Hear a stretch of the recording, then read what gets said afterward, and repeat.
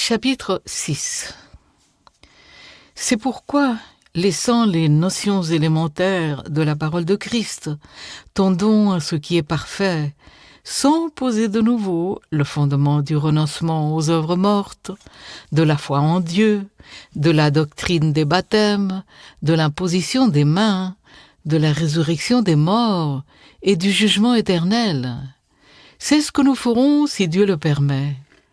Car il est impossible que ceux qui ont été une fois éclairés, qui ont goûté le don céleste, qui ont eu part au Saint-Esprit, qui ont goûté la bonne parole de Dieu et les puissances du siècle à venir, et qui sont tombés, soient encore renouvelés et amenés à la repentance, puisqu'ils crucifient pour leur part le Fils de Dieu et l'exposent à l'ignominie.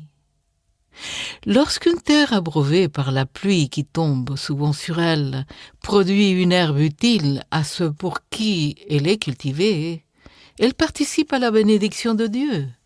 Mais si elle produit des épines et des chardons, elle est réprouvée et près d'être maudite, et on finit par y mettre le feu. Quoique nous parlions ainsi, bien-aimés, nous attendons, pour ce qui vous concerne, des choses meilleures et favorables au salut. Car Dieu n'est pas injuste pour oublier votre travail et l'amour que vous avez montré pour son nom, ayant rendu et rendant encore des services aux saints. Nous désirons que chacun de vous montre le même zèle pour conserver jusqu'à la fin une pleine espérance, en sorte que vous ne vous relâchiez point et que vous imitiez ceux qui, par la foi et la persévérance, héritent des promesses.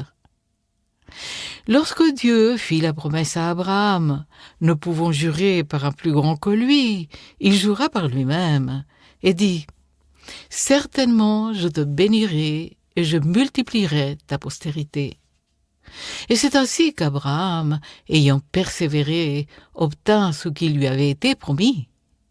Or, les hommes jurent par celui qui est plus grand qu'eux, et le serment est une garantie qui met fin à tous leurs différends. C'est pourquoi Dieu, voulant montrer avec plus d'évidence aux héritiers de la promesse l'immuabilité de sa résolution, intervint par un serment, afin que, par deux choses immuables, dans lesquelles il est impossible que Dieu mente, nous trouvions un puissant encouragement, nous dont le seul refuge a été de saisir l'espérance qui nous était proposée. Cette espérance, nous la possédons comme une ancre de l'âme, sûre et solide. Elle pénètre au-delà du voile, là où Jésus est entré pour nous comme précurseur, ayant été fait souverain sacrificateur pour toujours, selon l'ordre de Melchisédek.